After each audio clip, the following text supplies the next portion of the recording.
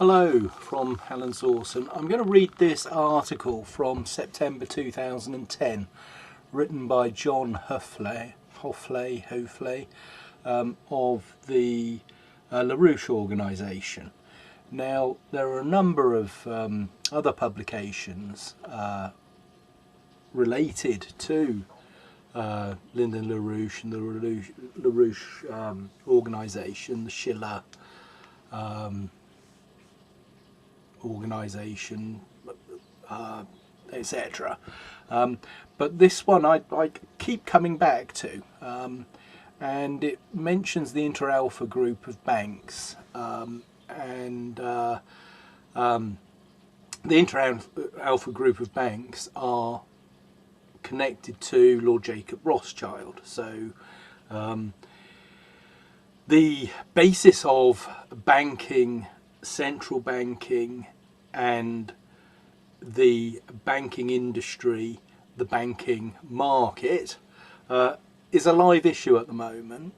And what I mean by that is that the smaller banks are under pressure as the Federal Deposit Insurance Fund, Janet Yellen, the Secretary of State for the US, said that smaller banks wouldn't have their deposits guaranteed, but larger systemic banks would.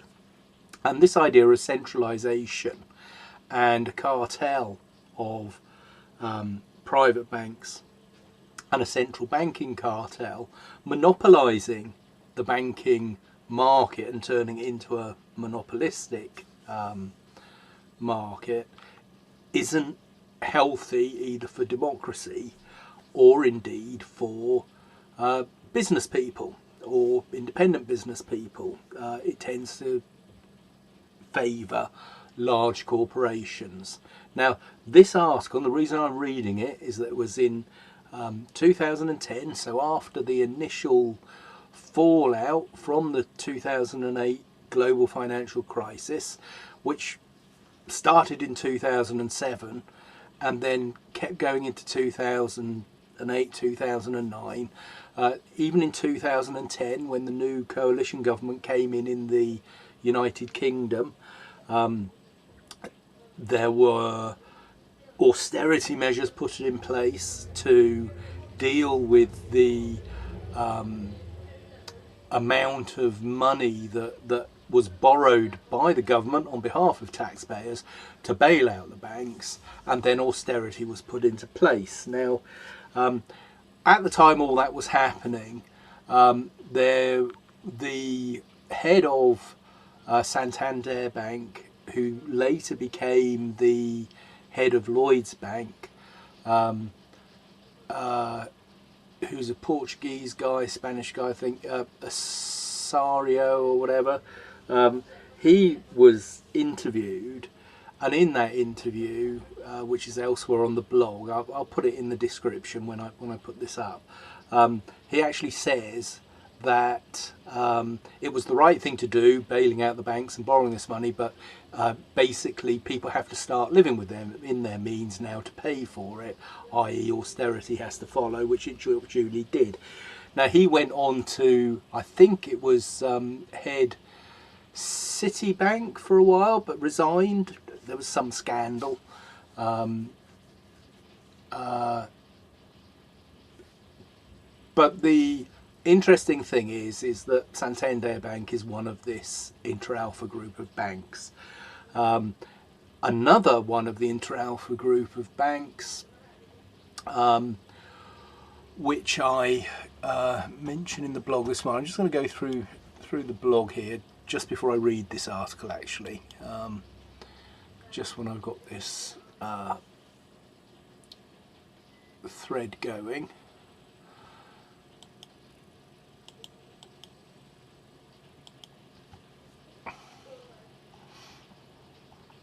If I just scroll down here.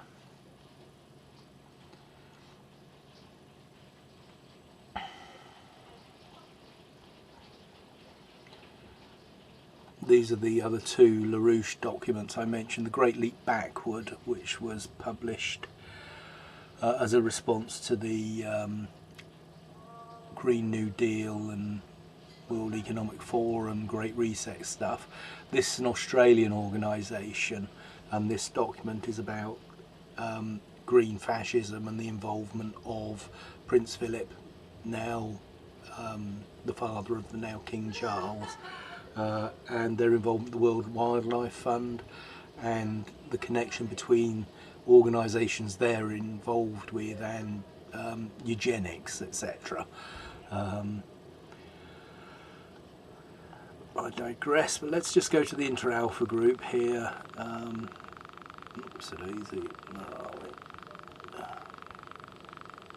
So here we are, the Inter-Alpha group.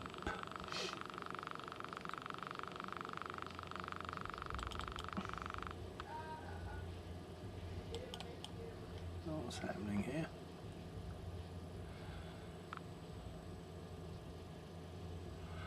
Yeah, so this is saying that the AIB Bank has a stake in the M&T Bank Corporation, like a 20% stake, and the M&T Bank Corporation is 12.1% held by Vanguard and 7.7% held by BlackRock. State Street Corporation are in here, Morgan Chase, and then mutual fund holders, Vanguard, so on, and with the usual suspects. Now, this is the question, this is the next step of inquiry in this, is BlackRock's holdings of M&T Bank Corporation, the holding in the M&T Bank Corporation of 20% that was with AIB seems to have disappeared, and I'm wondering what is the relationship between BlackRock Inc. and Vanguard Group and the Inter-Alpha Group. Obviously this mergers, acquisitions, continued centralisation,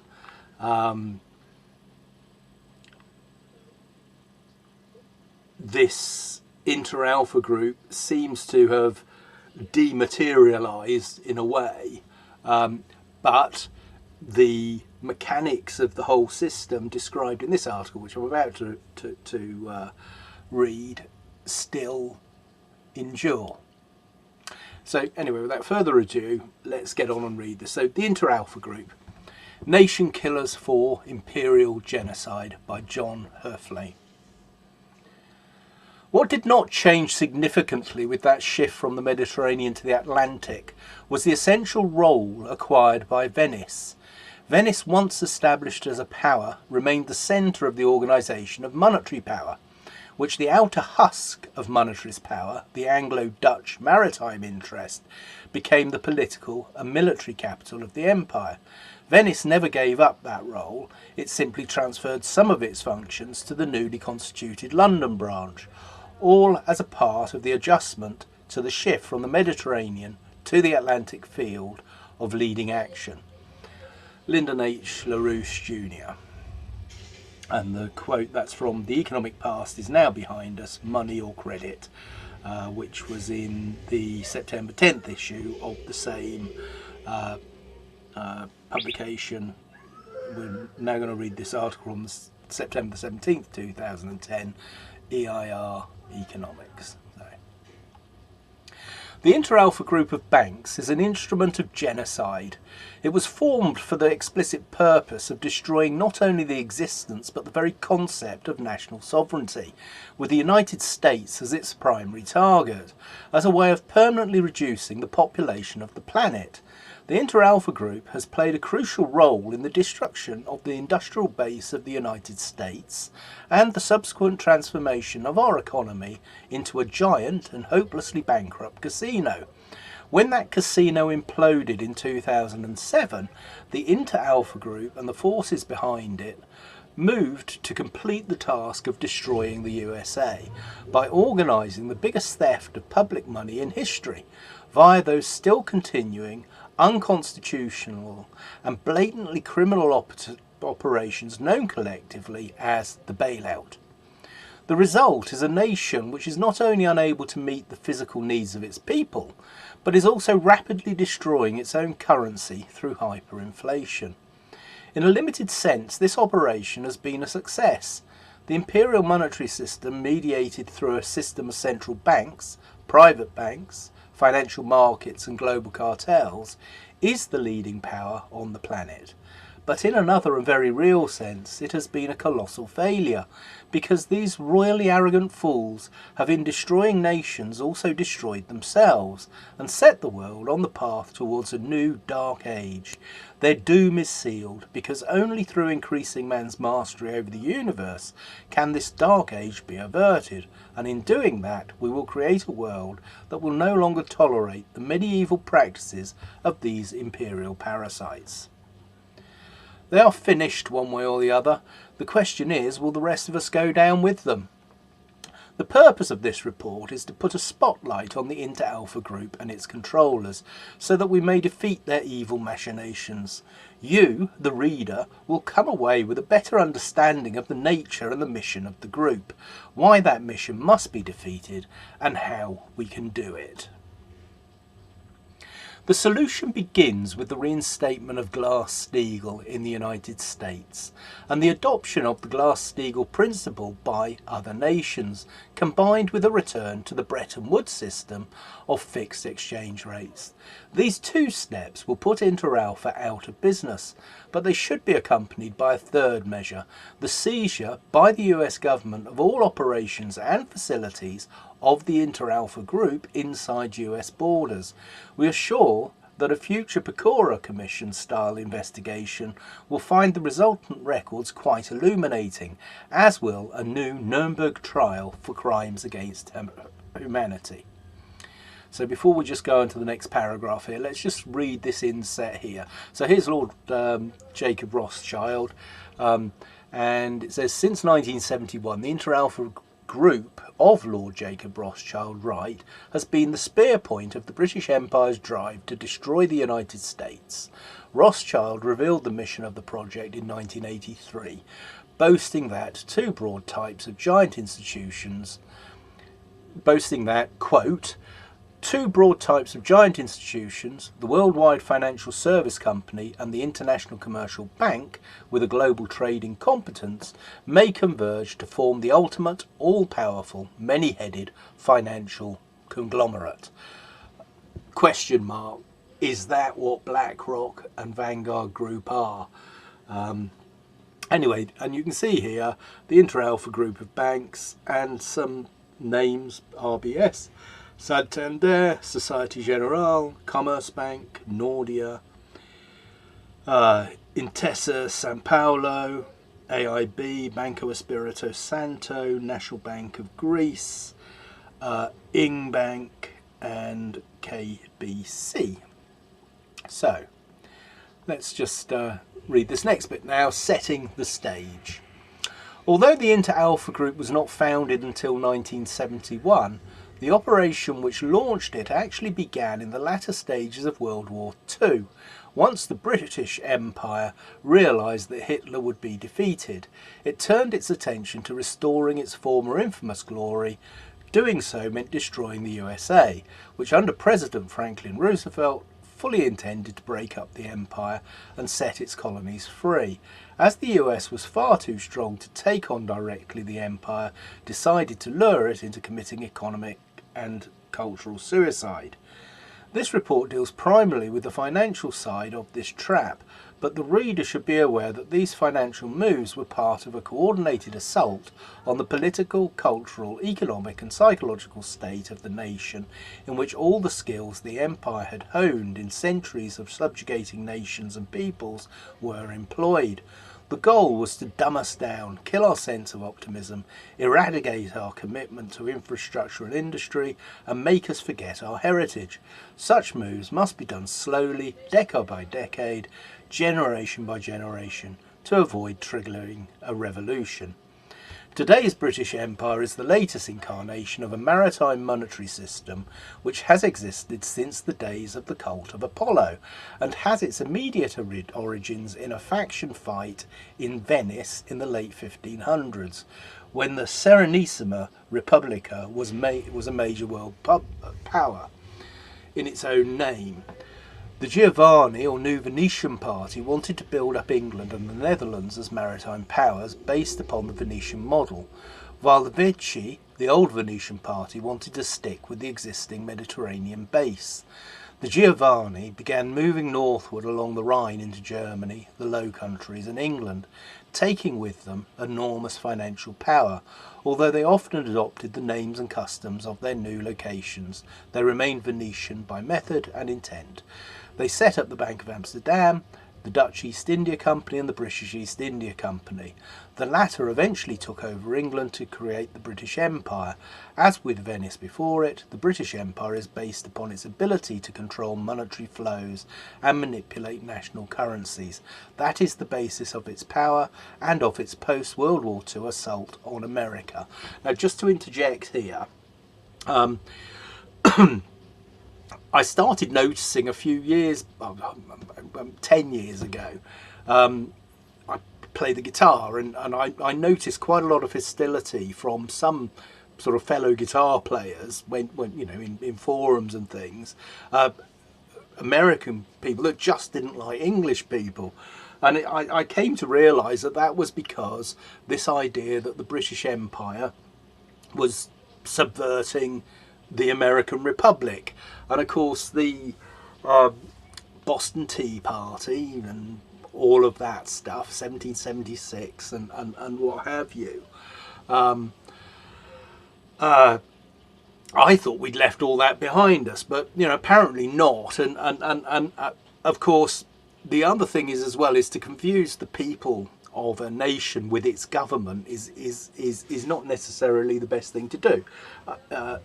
It would be a mistake to mistake the American people for their government, whether it's the government under Joe Biden at the moment, or the one prior to that under Donald Trump, or the one prior to that under President Obama, or in the United Kingdom, to confuse the British people, the English, the Welsh, the Scottish, the Irish, Northern Irish, and to conflate them with Rishi Sunak or Boris Johnson or Gordon Brown. There have been such a lot of prime ministers in the last 8 years, but to confuse a people with its government is kind of that's the first rule of 101 of anarchy, really. They're not the same thing, and their interests are not necessarily in alignment. So that sort of general sort of talking about the British Empire, what is the British Empire, what was imperialism, and the idea that people in Britain, so the indigenous populations, say of Wales, Ireland and Scotland, I think nationalists in those countries will understand the idea that, well, the British Empire was not, you know, are they any the less oppressed than colonial territories? Anyway, that's the idea with this. So don't take it personally as a Brit, you know, as a Scots, Irish, Englishman or whatever. And also as an American citizen, just remember that the empire, the British Empire, the American Empire, which undoubtedly does exist, what is it, who's driving it, and we're all on the same side if we don't want to come under the oppressive corporatism of of cartels, whether they be banking cartels, international media cartels, social media cartels, monopolies, etc. So I'm reading this from the point of view of a person who isn't part of the ruling empire class, or whatever, the ruling class of empire, okay? And under the Roman Empire, the Ottoman Empire, you know, different countries have vassals, or you know, that may be from those countries, but they've sold out their countrymen. So anyway, let's carry on. So to accomplish this goal, the empire first built up its banking apparatus in war-torn Europe as the basis for what would appear to be a new globalised financial structure, but what in reality would be a return to the imperial model that existed before the American Revolution. The planning for this new Europe began even before the fighting stopped, and led to the creation of the European Coal and Steel Community in 1951 and the formation of the European Economic Community in 1957 as the initial steps toward today's European Union and its supranational euro currency. With these moves towards the elimination of national sovereignty, the empire began the process of building a borderless European financial system. In rapid succession came the development of the Eurobond and the Eurodollar markets and the consortium banks. These banks were syndicates of joint ventures mostly based in London, linking British banks with banks based in Europe, Asia and the Americas. They were designed to outflank national banking regulations and as such represented the beginning of the globalisation, that is, imperialisation of finance. National banking laws were not the only regulatory obstacle to this globalisation. There was also the international system of fixed currency exchange rates that had been implemented as part of the 1944 Bretton Woods Treaty. Fixed exchange rates were a crucial part of FDR's plan to end the colonial era, as these took away much of the historic ability of the empire to manipulate nations through the manipulation of their currencies. Thus, defeating the Bretton Woods system was a necessary step in creating the empire's new global order. When President Nixon ended the Bretton Woods system by taking the dollar off the gold reserve standard in 1971, he opened Pandora's box and set free the money manipulators who had been so carefully boxed in by Roosevelt. The Venetian Strike. The Inter-Alpha Group was founded as a mechanism to take advantage of this currency vulnerability. The group arose out of 6 relatively small European banks, which represented the family fortunes or fondi of the Venetian system. Each of these banks had significant private banking arms, private banking being a term for banks which specialise in handling money for the wealthy. Each of its 6 members was chosen to represent a bank in one of the principal nations of the European Economic Community: Credit Bank of Belgium, Nederlandisch Middenstandsbank of the Netherlands, Credit Commercial de France, Banco Ambrosiano of Italy, William Glyn's Bank, a unit of the Royal Bank of Scotland in the UK, and BHF Bank of Germany. A 7th bank, Privatbanken of Denmark, was added in 1972. Inter-Alpha took the form of an alliance among these banks. Each bank maintained its separate identity while they all worked together to advance the group's mission. The group and its member banks were dedicated to restoring imperial rule. The operation was run by Jacob Rothschild, initially out of NM Rothschild in London. The Rothschild banking network, from its inception in Frankfurt in the late 1700s, has been a Venetian operation. One of its early sponsors was the Turn and Taxis family of Bavaria, the controllers of Venetian intelligence and one of the leading families of the Habsburgs Austrian Empire. This Venetian connection is the true source of the fabled Rothschild intelligence network, as well as the source of the family's financial power. The Rothschilds are also close to the British Crown, primus inter pares of the royal families of Europe, and a considerable power within the empire. Jacob Rothschild, for example, manages the funds of Prince Charles among his other crimes. Despite the enormous wealth these banks represented, they alone did not have the funds required to transform the world as planned. They would provide the seed money and leverage their power through the control of other people's money to create the markets and institutions they would ultimately need to control the world. This is the origin of today's gaggle of hedge funds, private equity funds and related financial pools, many of which are part of the hidden side of the Inter-Alpha group. Jacob Rothschild explicitly revealed the mission of the Inter-Alpha project in a speech in 1983, when he bragged that two broad types of giant institutions, the Worldwide Financial Service Company and the International Commercial Bank with a global trading competence, may converge to form the ultimate all-powerful, many-headed financial conglomerate. For Rothschild, it was not a prediction, but a statement of intent.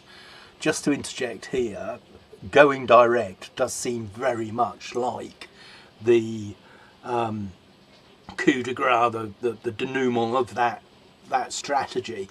I haven't found that speech. It's quoted as being from a LaRouche document, and here in the Inter-Alpha group of banks on Wikispooks, the quote is given again here, and you can see it takes its reference from the article I'm reading at the moment. It appears sort of elsewhere as well, but it's there doesn't appear to be a video of that speech, and I haven't actually found a thing of the whole speech either. But as far as Lord Rothschild goes, let's put him to one side, but let's just look at the what's happening at the moment, what going direct is. Think about the power that BlackRock is exercising, the fact that they own a significant portion of M&T Bank Corporation, which IAIB had a 20% interest in back at the time this article appeared. But anyway, so there we are. Next paragraph: corporatist fascism. At the 1968 Bilderberg Group meeting in Mont-Tremblant, Canada, the empire kicked off a new phase of its war on national sovereignty, launching a drive to create a system of corporate cartels intended to replace nation-states as the political organisation of the planet. The Bilderberg Group, named after Hotel de Bilderberg in Oosterbeek, the Netherlands, where the group first met in 1954, was a fascist organisation whose sponsor, Prince Bernhard of the Netherlands, had been a card-carrying Nazi and a member of Hitler's SS. Bernhard also founded with the UK's Prince Philip the World Wildlife Fund and the 1001 Club.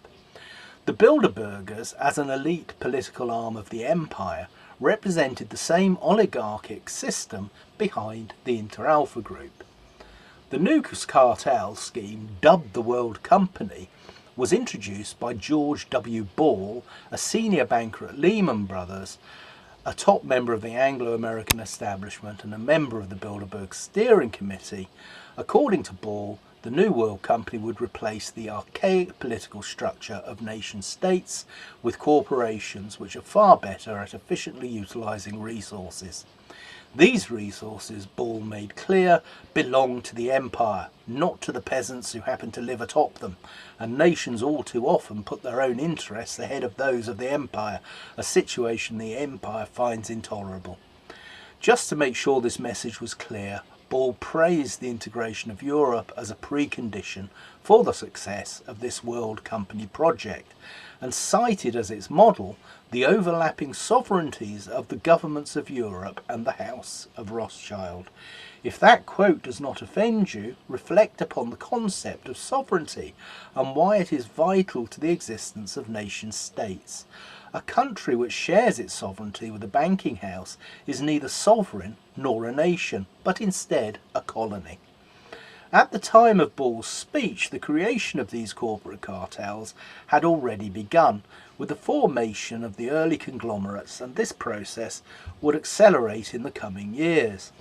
The nurturing of these horrors would become a major part of Lazard Frère, banker Felix Roytan's life's work, and they would in time come to dominate the economic landscape. The concept of the World Company, though marketed as a natural outgrowth of human progress, is nothing of the sort. What it is, fundamentally, is a return to the oligarchic model of the British East India Company and its predecessors, combined with modern computer technology and operating within a market structure. In a corporatist state, the power of the government is usurped by private financial and corporate interests, which use the government to keep the population in line, while they mercilessly loot both the government and the people. These private interests are falsely described as an outgrowth of nationalism, when in truth they represent the corruption of the nation by an empire. Corporatism is a result of George Ball's overlapping sovereignties between nations and the imperial bankers, and is the creation of the Venetians. It was the Venetians and the Neo-Venetians of the British Empire who created Mussolini and Hitler, and who organised fascist movements around the globe in the 1920s and 1930s as part of their war against sovereignty. That includes in the United States, where the Anglophile bankers of Wall Street helped finance and organise their own fascist movements, including the American Liberty League, and tried to organise a coup against FDR. This grouping heavily promoted Mussolini in the United States, putting him on the cover of their Time magazine 8 times between 1923 and 1943, and praising him heavily in their other press outlets. The Wall Streeters did this not because they were enamoured of Mussolini personally, but because he was an ally, a tool of the same empire which controlled them. Just to interject here, this is another interesting thing. Ezra Pound was a big fan of Mussolini, and there's a interesting tension there between Ezra Pound's visceral hate of usury and this idea that Mussolini was a creation of the usurers themselves. Now, those sorts of contradictions are kind of all over the place, and so it's a question of letting those contradictions ride and seeing what the whole of the sense of this piece is, and then how it applies to today. This was only written in 2010. It's the same, the banking problems going on at the moment are directly related to what this article was written in the immediate aftermath of the 2008 global financial crisis. And of course, the timeline from the creation of the Federal Reserve in 1913, the other American central banks, the first and second US banks,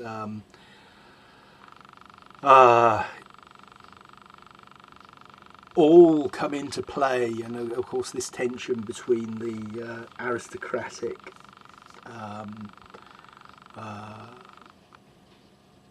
people that wanted to control America and the people who wanted it to be more of a republic.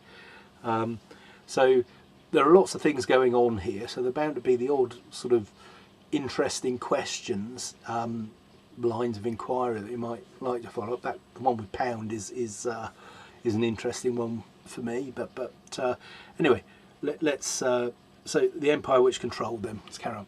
Mussolini's Italy, largely the creation of the circles around Venetian Count Volpi de Misurata, was the test bed for the corporatist state model, which the empire planned to impose upon the world.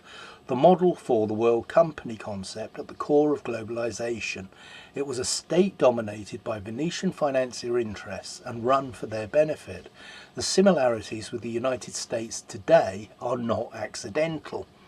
Fortunately for the world, Adolf Hitler destroyed the carefully crafted illusion of fascism as a benevolent movement, forcing the bankers to retreat. Their commitment to imposing fascism remained. However, so they sought new ways to package it. The name they chose for their new and improved corporatist fascism was globalization. Same evil, but in a bright new box. Fascism Take 2. The Inter-Alpha Group was created as an instrument of this new fascism, and is itself a nest of fascists. One does not have to scratch deep to find the proof, as these examples indicate. One of the first acts of the Inter-Alpha Group after its founding was to link up with the Harriman faction in the US, the same Harriman family who funded Hitler, and upon whose eugenics research Hitler modelled his genocidal race science policies.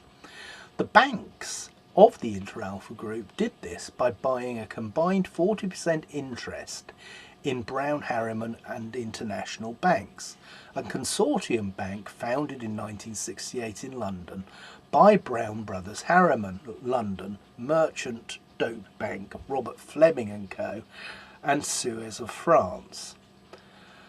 Founding member Credit Bank's Ferdinand Collin helped the Nazis run the Belgian economy during World War II, and one of its private banks, Merck and Fink, became notorious for helping the Nazis.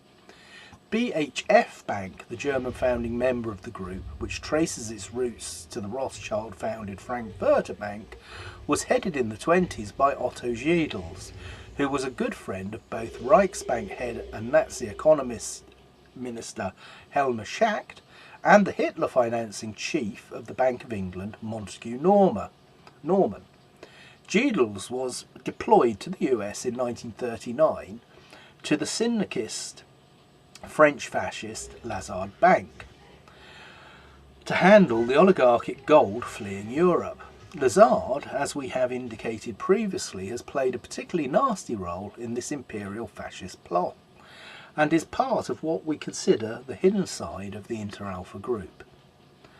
During World War II, Ricardo Espírito Santo Silva of Banco Espírito Silva, which became the Portuguese member of the Inter-Alpha Group in 1988, hosted the Nazi-sympathising Duke of Windsor in Lisbon after he abdicated the British throne in 1936, and has been identified as a liaison between the Duke and Hitler, in the aborted plot to have the Duke regain the throne after a German conquest of Britain. The UK had its own fascist movement, and there was a lot of sympathy for the Duke within the British elite. The two Spanish members of the group, Banco de Bilbao, later Banco Bilbao Vizcaya, a member from 86 to 98, and Banco Santander, a member since 1998, both had ties to fascist dictator Francisco Franco, who ran Spain from 1936 until his death in 1975. Banco Santander was founded by the family of the Rothschild agent in the city of Santander. The fascist connections were most flagrant in the case of Banco Ambrosiano, the founding Italian bank in the Inter-Alpha Group, which was tightly integrated with the Propaganda Due P2 Masonic Lodge in Italy. The P2 Lodge was run by former Mussolini blackshirt Licio Gelli and was modelled on the earlier Universal Fascist Propaganda Uno P1 Lodge of Giuseppe Mazzini. Italian police investigations into the activities of P2 found that both the lodge and its bank, Banco Ambrosiano, were involved in arms and drug trafficking terrorism. Neo-Nazi assassination groups and the fascist paramilitary groups of NATO's Operation Gladio.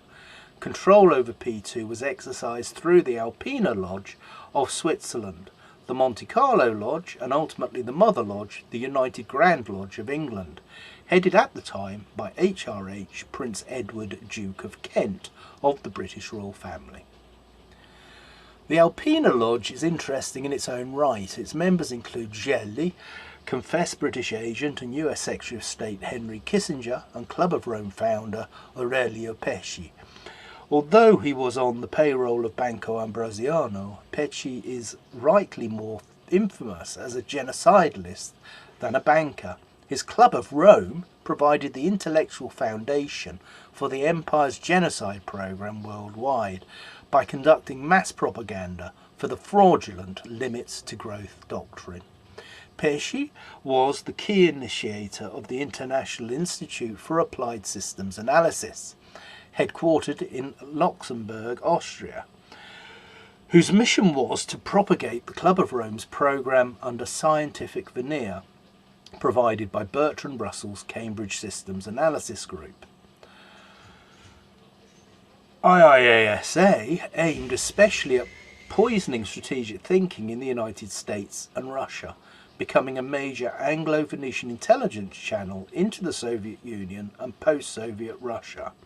The legacy of IIASA in the former Soviet Union is the entire package of disastrous so-called reforms of the 1990s, which IIASA staff drafted at Luxembourg in 1985 to 91, as well as Russia's ongoing involvement in such international financial looting schemes as the Inter-Alpha Group's Brazil, Russia, India, China BRIC operation today. A related aspect of IIASA's activity was to promote the information age mathematical models on which today's speculation-based financial markets rely. Okay, now this is a key part here. This is talking about the liberalisation of the Soviet economy when it broke up and became the Russian Federation. It's talking about the ongoing looting of the former of these former nations under BRICS, and this is actually saying. So let's just read that again. The legacy of IIASA, so that's the International Institute for Applied Systems Analysis. Okay, drafted at Luxembourg in 85 to 91, as well as Russia's ongoing involvement in such international financial looting schemes as the Inter-Alpha Group's Brazil, Russia, India, China BRIC operation today, BRICS, Inter-Alpha Group. Now, I've been saying the last week or two that we're not looking at a multipolar world order now, it's a schizophrenic world order, and I think that's a key passage there to understanding that what's happening between Ukraine and Russia at the moment is wrapped up in a wider ongoing coup, which is this coup of the international bankers and central bankers consolidating and hoping to consolidate their transnational power at the same time that they put up this facade of a multipolar world order.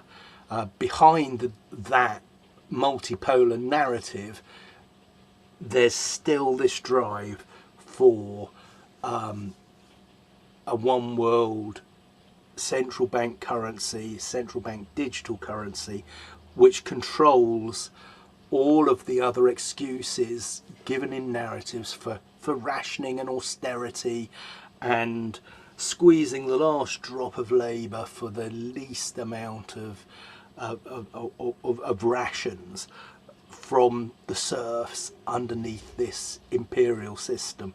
That's a very interesting passage, that bit. So anyway, let's carry on.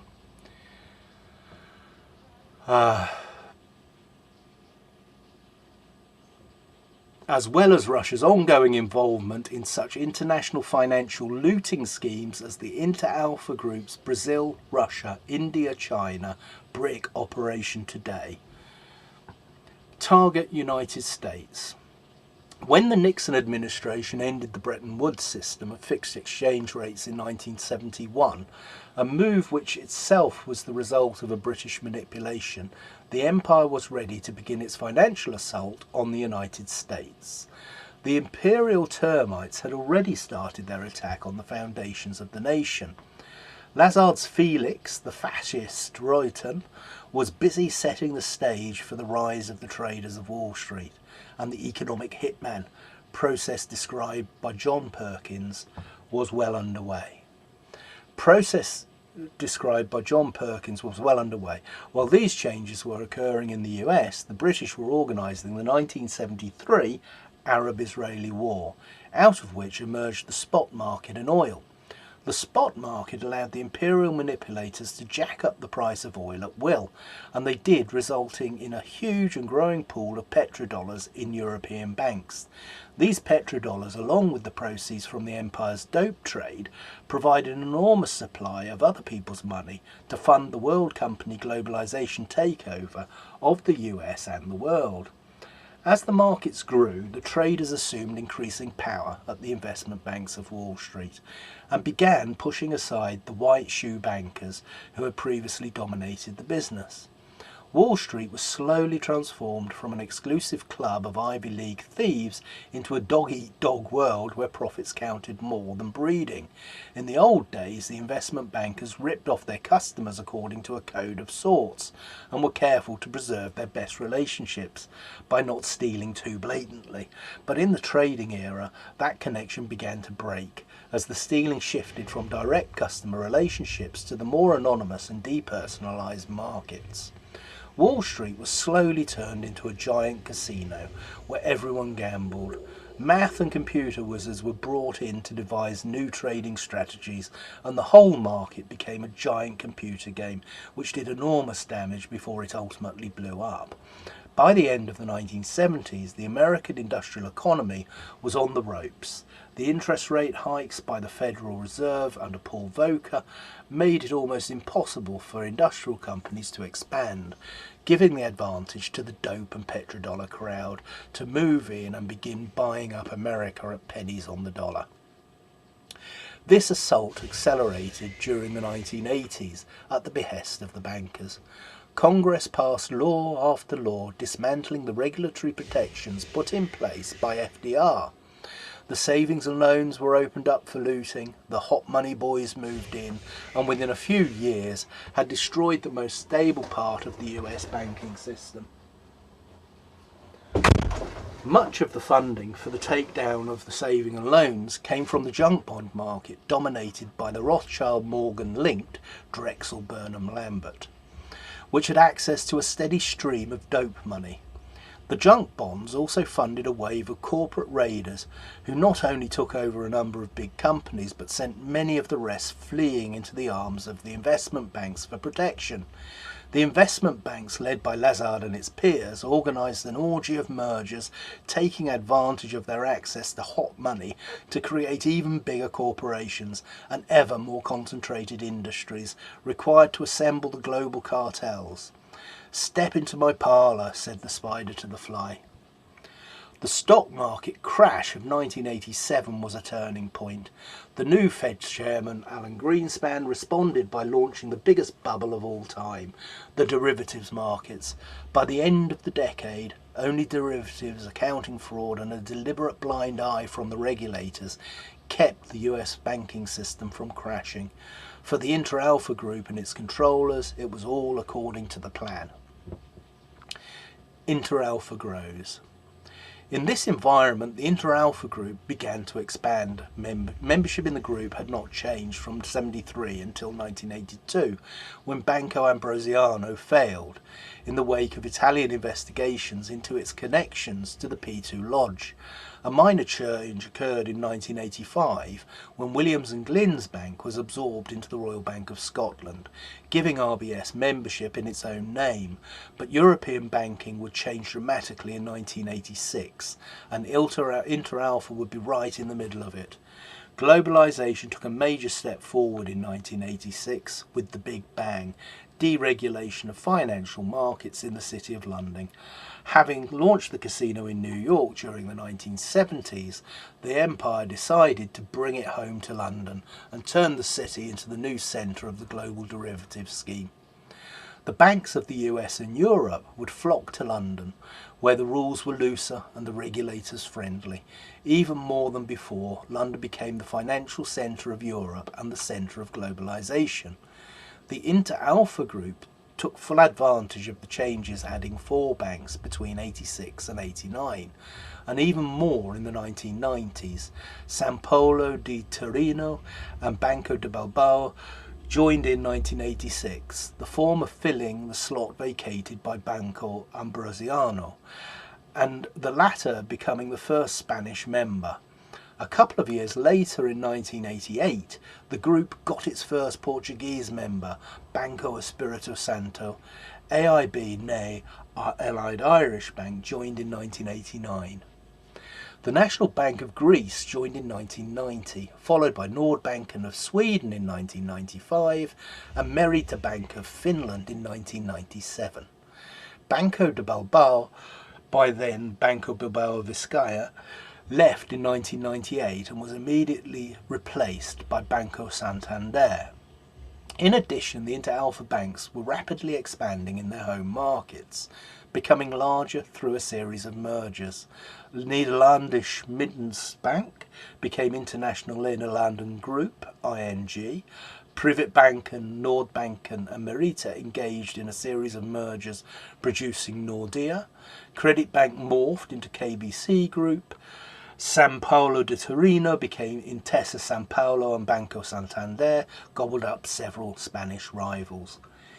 3 more banks joined in 2003. Erste Bank of Austria, Hypervereinsbank HVB of Germany, and Société Générale of France.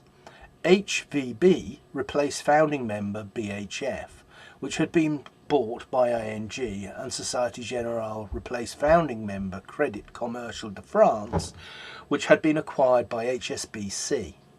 HVB left the group in 2005 after being taken over by UniCredit, and Commerzbank took its slot as the German member of the group. The casino economy. As the empire's globalisation project expanded, the medium-sized banks of the Inter-Alpha group became global players, and some became giants. The Royal Bank of Scotland became the largest bank in the world by assets, peaking at nearly $3.5 trillion before it blew up in 2008. Banco Santander, Société Générale, Intesa San Paolo and ING also joined the global giants, with the rest becoming regional powers and filling specialised niches. The banks expanded their tentacles around the world, east into Eastern Europe, Russia and Asia, and west into the Americas. They transformed themselves from local banks in particular countries into a vast network of global banks, answerable not to the peoples of their home nations, but to the imperial monetary system. The real power of the Inter-Alpha group, however, lies not within the individual banks themselves, but in the changes the Inter-Alpha operation has made in the world economy. The Inter-Alpha project turned the global financial system into a giant casino, a playground for the investment banks, the speculative arms of the commercial banks, the hedge funds and others, so they could gamble with their own and everyone else's money. This casino would come to control some 70% of the world's banking assets, directly or indirectly. In a sane and well-regulated banking system, commercial banks are mechanisms to help their local and regional economies grow. They use the deposits of their customers to fund loans that improve the functioning of the region, making its manufacturing and agriculture more productive, raising the standard of living and helping local businesses meet the needs of the community. The local bank grows as the local economy grows, giving it a vested interest in supporting and nurturing that growth. The oligarchic model, as exemplified by the Inter-Alpha Group, works just the opposite way. Its networks of banks is used to suck capital out of localities and into the global markets, where it can be used to speculate, manipulate and subjugate the people of the planet. Such banks do not nurture their customer base, they loot it. This point becomes obvious simply by reviewing what happened. The Inter-Alpha Group and the empire that deployed it created the largest financial bubble in history. Huge amounts of debt were generated, then that debt was used as an asset base for a multi-quadrillion-dollar derivatives bubble. This enormous mass of fictitious value spawned a vast expansion of the financial markets, which came to dominate the global economy. The game was so profitable, seemingly, that money from all over the world was vacuumed up and fed into the derivatives machine, leaving precious little to support the real economy. The rest of the economy began to shut down, with predictably horrible consequences for the people. Through it all, the rise of the casino was touted as proof that the economy was growing, but it was not. The tumour was growing and the patient was dying. The game blew up in 2007. Just to interject here, it blew up again in September 2019 when there was another spike in the repo market. And then we had the scandemic for 3 years, which was a monetary event and a response, and it added to this centralisation. And we've had a repeat of 2008, just several orders of magnitude bigger.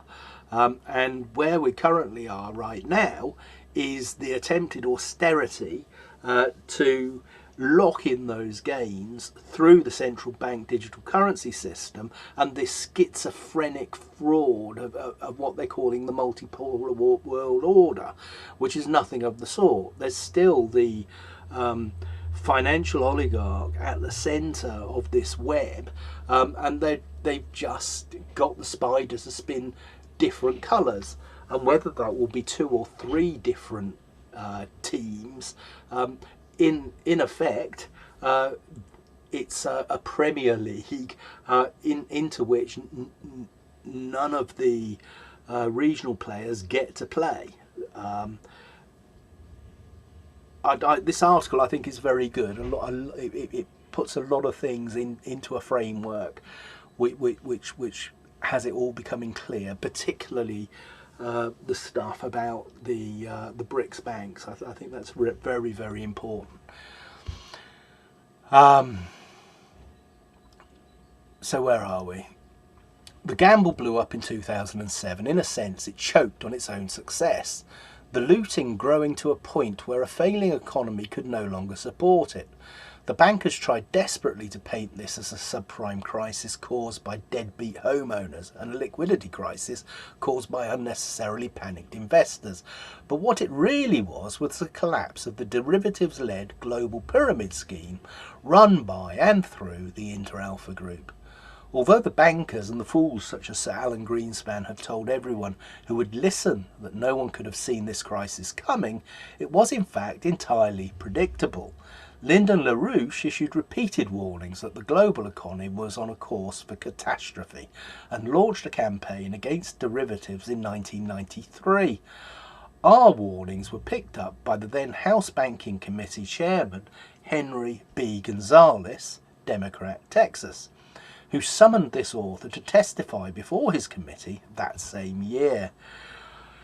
This is the insert here. There's Senator Gonzalez the late Republican Henry B. Gonzalez, Democrat Texas, chairman of the House Banking Committee, called LaRouche's associate John Hoefle to testify before his committee in 1993 on the threat to the US and global economies from derivatives.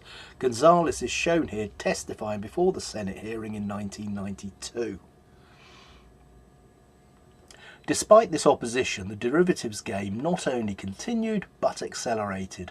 In the late 1990s, Commodity Futures Trading Commission Chair Brooksley Bourne again raised the matter, only to be slapped down by Wall Street and her fellow regulators. Wall Street insisted that the market was so sophisticated, that its managers were so expert that nothing could go wrong, and that any attempt to interfere in the market would only hurt the economy. That argument, backed by enormous political pressure and mountains of cash, won the day. Then it all blew up, and the world entered a new realm. Phase 2. While most of Wall Street and Washington was in shock, the empire was smiling and preparing to spring the trap it had so painstakingly set. The US economy was in ruins, but the potential remained for an FDR-style reflex in which the American people would rise up to defend themselves and their nation. So the empire moved to complete its mission via the bailout. To understand what happened next, one has to set aside notions of individual institutions and instead focus on the system that controls those institutions. The continued existence of the empire depends upon the preservation of its monetary system, not upon the preservation of individual banks, hedge funds and other institutions. Such institutions are ephemeral. They are not the power, but tools of the power to be used and when necessary cast aside. The system is what matters. While the fools of Wall Street and beyond were clamouring for the government and the Federal Reserve to save them with a bailout, their puppet masters in the empire had a different plan. The empire had no intention of restoring the bubble. Its plan, as enunciated by Britain's Prince Philip and others, was and is to reduce global population by about 2/3 and smash the nation states in the process as a way of bringing the world back under complete imperial control. They would give the fools their bailout, but instead of saving them, it would be the final nail in the coffin of the United States by using the bailout to destroy the value of the dollar. Consider for a moment the differences in a financial system required to manage a multi-quadrillion dollar financial bubble and the financial system required to run a world of 2 billion people, the desired global population level of the imperial genocide lists. Given the smaller population from the empire's perspective, there is a lot of unnecessary capacity in the financial world today. Too many banks, too many bankers, too many insurance companies, mutual funds, hedge funds, et al. And a dramatic culling and consolidating of the herd will be required. The other option is the LaRouche plan, which involves writing off all the fictitious capital, reorganising all the banks under a Glass-Steagall standard, going back to the fixed exchange rate system and replacing the imperial monetary system with national sovereign credit systems.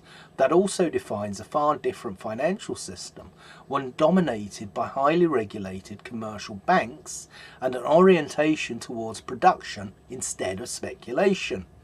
So if the empire intends to shrink its system, and we of the LaRouche movement plan to eliminate it, then other than a few delusional fools on Wall Street who only want their money party to crank back up, and all the people who are grabbing some of that money flow who actually believes the recovery nonsense. Therefore you have to ask yourself, what is the true purpose of the bailout? The purpose of the bailout is to bankrupt the United States and every other nation which runs its own bailout operation, so that they no longer have the power to resist the empire's plans for a fascist global financial dictatorship run top-down by the imperial monetary system through its banks and corporate cartels. It is the final act in our national suicide and the culmination of the Inter-Alpha project. Let's just read the footing to this insert here. The first measure to be taken to address the bankruptcy of the US economy is the full reinstatement of the FDR-era Glass-Steagall Act. This will immediately bankrupt the Inter-Alpha Group and its cohorts and put a stop to their predatory looting, shown the LaRouche youth movement organises for Glass-Steagall in Los Angeles, May 2010. Shut them down. The issue before us should be clear. Only a return to national sovereignty in the United States and the creation of an alliance of the sovereign United States with other nations, Russia, China and India for starters, capable of defeating this ancient evil, which today is known as the British Empire, can avert this catastrophe in progress. Just going back to my earlier comments, the British Empire, the British Isles, the nations of the United Kingdom, etc., British imperialism is done in the name of a parasite on the host, as it were, and confusing the government or a ruling class within a nation for the people is naive, and so for fellow Brits, I think we can all look at this and accept that the City of London is a cuckoo in the nest, as it were. The Americans equally can look at the capital in Washington, so that's the city-state of Washington, and the Italians, the Vatican City, and what we must all realise is that this is a financial system and an imperial system which is imposed from above, and it's an occulted system which is only in the peripheral vision, even of people in the heart of the beast, as it were. And I think this article is brilliant, and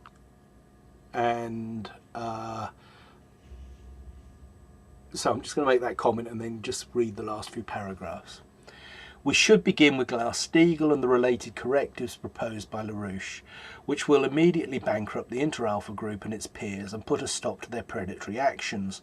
We should also seize all accounts, offices and records of any Inter-Alpha Group banks inside the United States and go through them with a fine-toothed comb.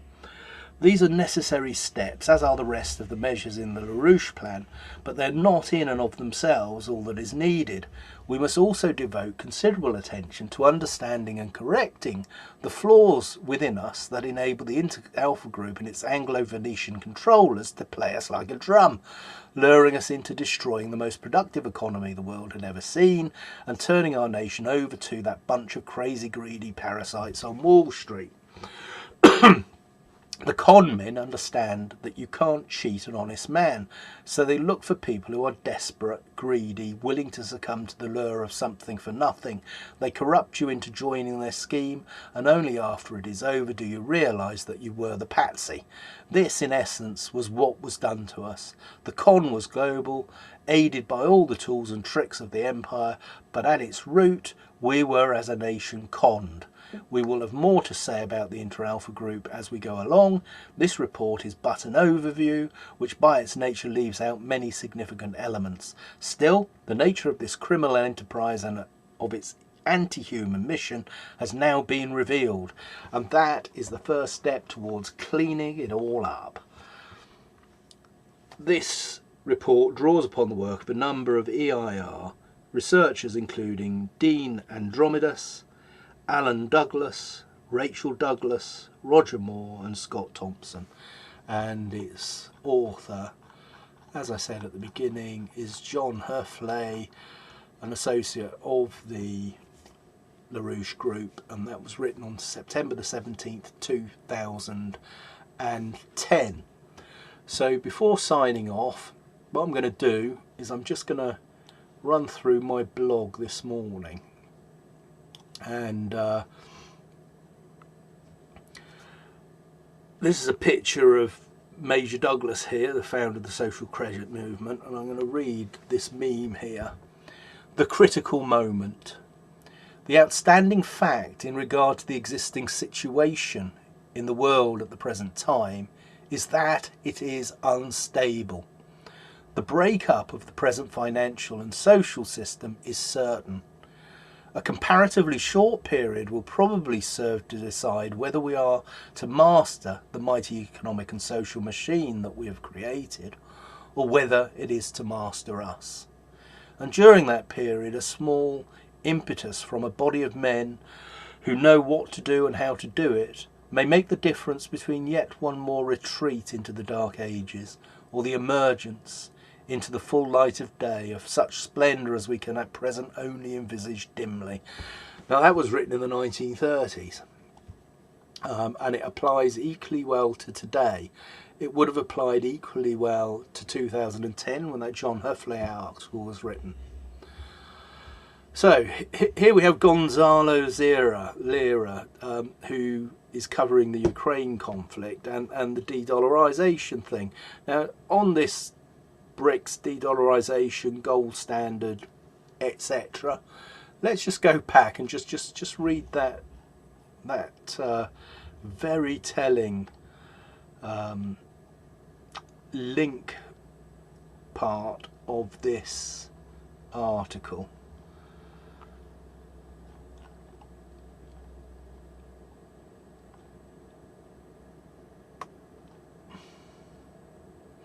This piece here. Okay, so Aurelio Pesci, so this is the founder of the Club of Rome. Okay, they commissioned the Limits to Growth doctrine, okay, which was written by Ehrlich and others. Okay, and he initiated the Institute for Applied Systems Analysis, the International Institute, II, for Applied Systems S Analysis A, IIASA, headquartered in Luxembourg, Austria, whose mission was to propagate the Club of Rome's programme under a scientific veneer provided by Bertrand Russell's Cambridge Systems Analysis Group. So, IIASA aimed especially at positioning strategic thinking in the United States and Russia, becoming a major Anglo-Venetian intelligence channel into the Soviet Union and post-Soviet Russia. The legacy of the IIASA in the former Soviet Union is the entire package of disastrous so-called reforms of the 1990s, which IISA staff drafted at Luxembourg in 1985 to 91, as well as Russia's ongoing involvement in such international financial looting schemes as the Inter-Alpha Group's Brazil, Russia, India, China, BRIC operation today. A related aspect of IIASA's activity was to promote the information age mathematical models on which today's speculation-based financial markets rely. Now, I think that's key to getting beyond the binary position as presented by people like Gonzalo Lira. I replied to that post that he gave here with another blog which I did, which is Who Was Walter Burrian. So if I'm just going to open up that blog here, and I'm going to read something else which is highly relevant to, again, where we are now and where we were then. So in this blog, Who is Walter Burrian? Elon Musk, Fiscal Cliff, Bankers Wars. Okay.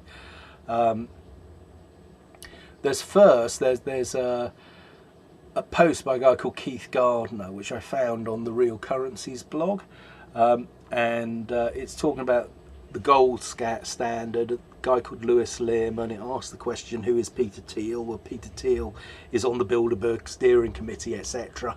So this is kind of wheels within wheels, as it were. And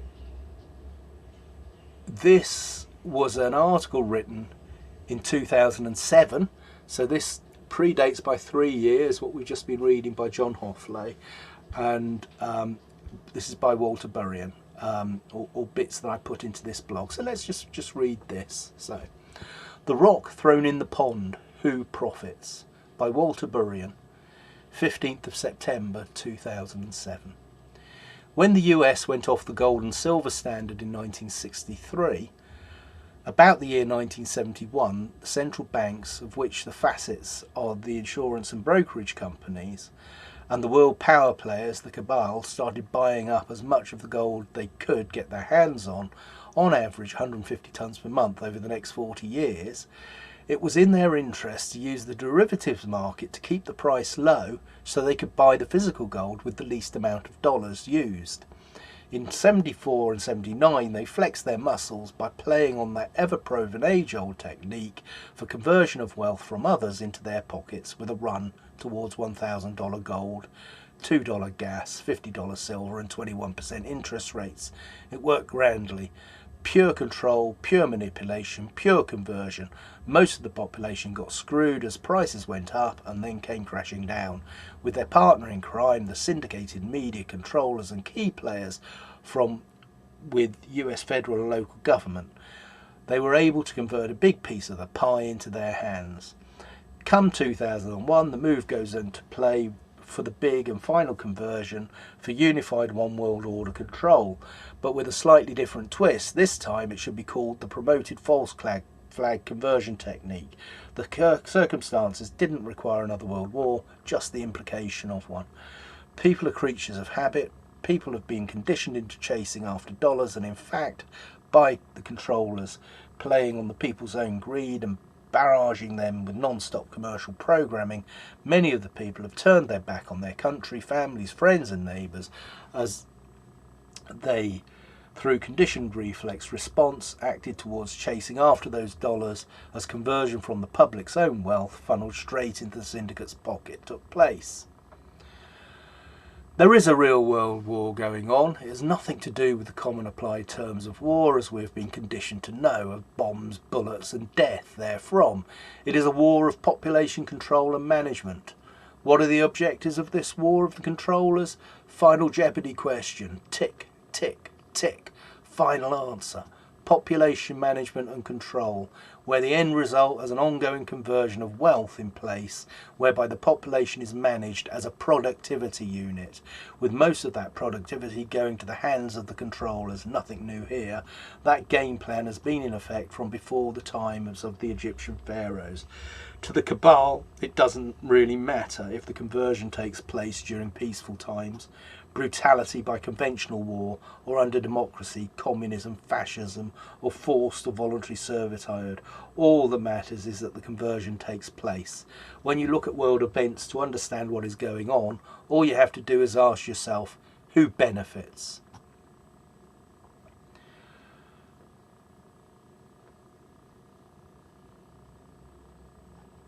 It goes on and on and on. And if you have been listening, thank you very much. Hope you got something out of that. And the links are in this blog. And that's the Walter Burrian one. And this is the Going Direct one, which has also got Peter Kropotkin's Conquest of Bread. It's also got his mutual aid at the end. There's a picture of Walter Burrian here. That's a 2-hour video of him explaining what's happening in the black budgets, etc. This is Jennifer Bielek talking about what's behind the trans agenda. It kind of ties it all here. This is a Swiss guy talking about what's happening in Switzerland at the moment.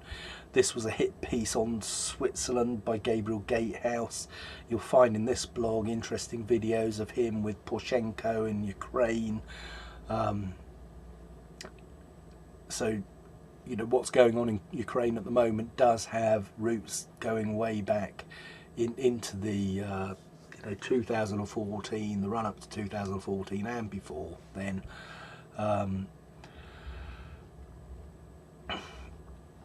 So that's Kevin Galilee's Mandela diagram of the international system of depopulation.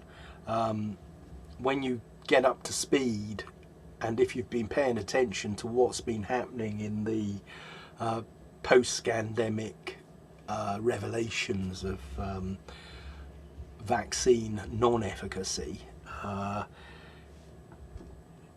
lot of people that wouldn't have been able to watch that video even 3 years ago can watch it now, and it makes perfect sense.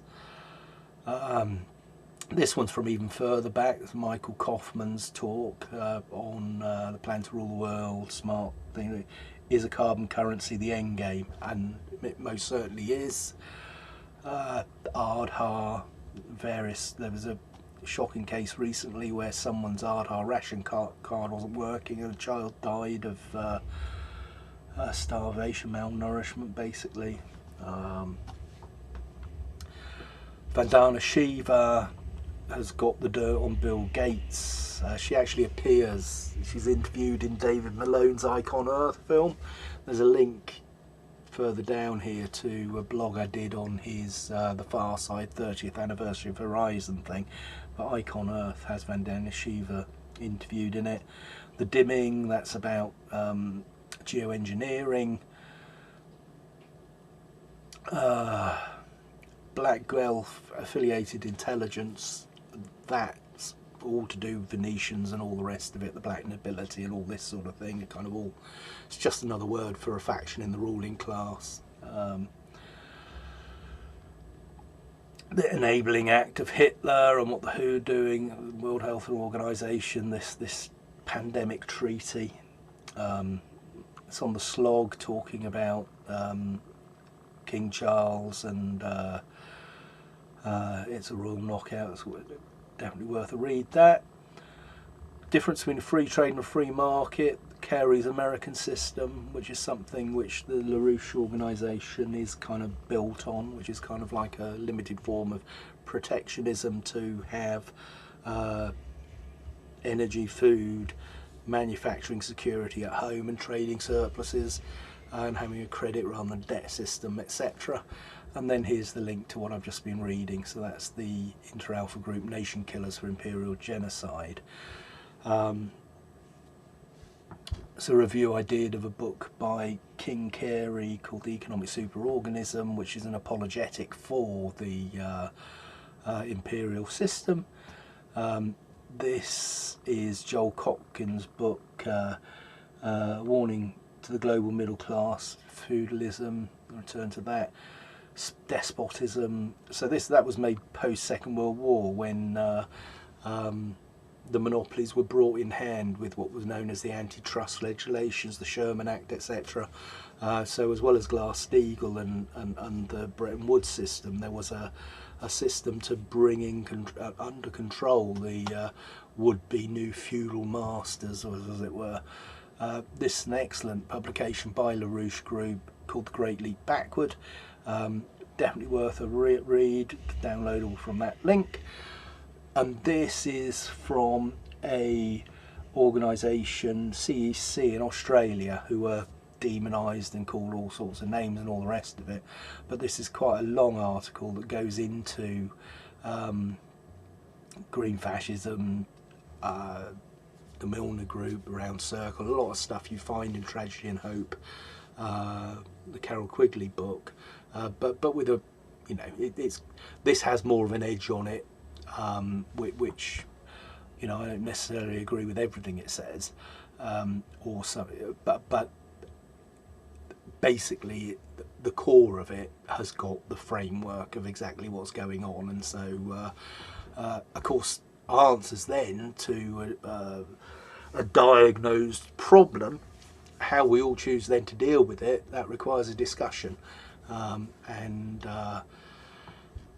what I do know is that the World Economic Forum and the Bill and Melinda Gates Foundation and what other of the foundations, philanthropists across the world, what they think the we should do with the embarrassment of riches that we do find ourselves amongst. They're not necessarily coming at it from the point of place that they want an even playing field, as it were.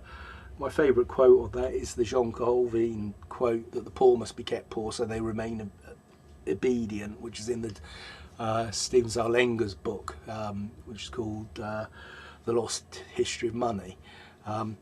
So as we go on, that's a blog I did last year, What's Next for the Money Power. Talks about a lot of stuff in the 70s, particularly like the currency snake, which hardly anybody talks about.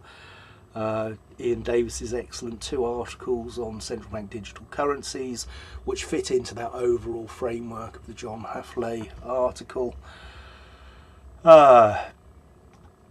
William Blake here. Awake, awake, O sleeper of the land of shadows, wake, expand, I am in you and you in me, mutual in love divine. Double think to Still About Oil, peak triangulation. Charter Rights of Men. Again, these are all stopping off points at pivotal points where there have been fight backs, where the people push back. The ruling classes will then tend to make some allowances and then kind of pick people off afterwards, as it were, and go back to where they left off when they think they can get away with it.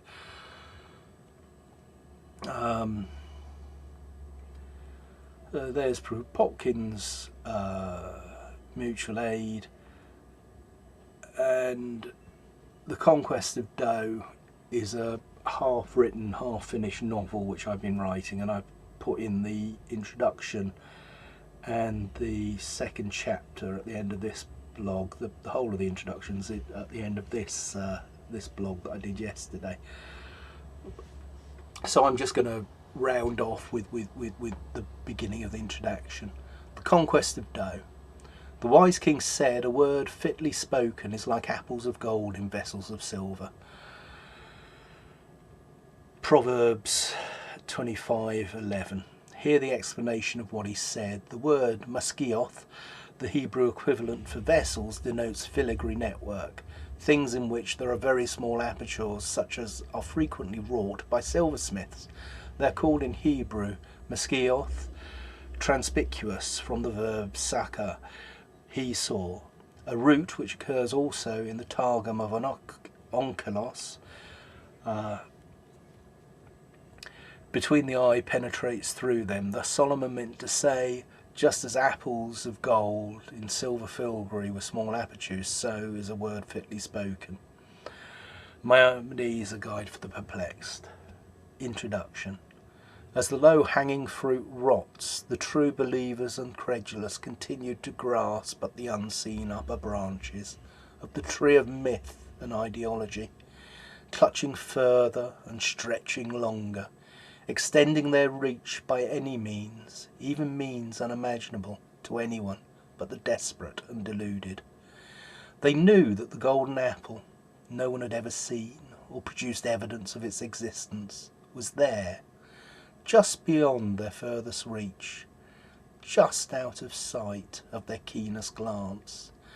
So as the low-hung fruit still rotted, having ripened and yet not nourished those for whom only perfection of the golden fruit of pure ideological rarefied hubris would ever be enough. The obvious went ignored, its goodness rejected in the pursuit of the impossible promises of soothsayers, priests, mountebanks, politicians, and Fifth Avenue suits and city bankers. So many lies clothed in so many promises, taking hope and optimism and producing a pathetic belief in the bounties of the noble lie. Thank you.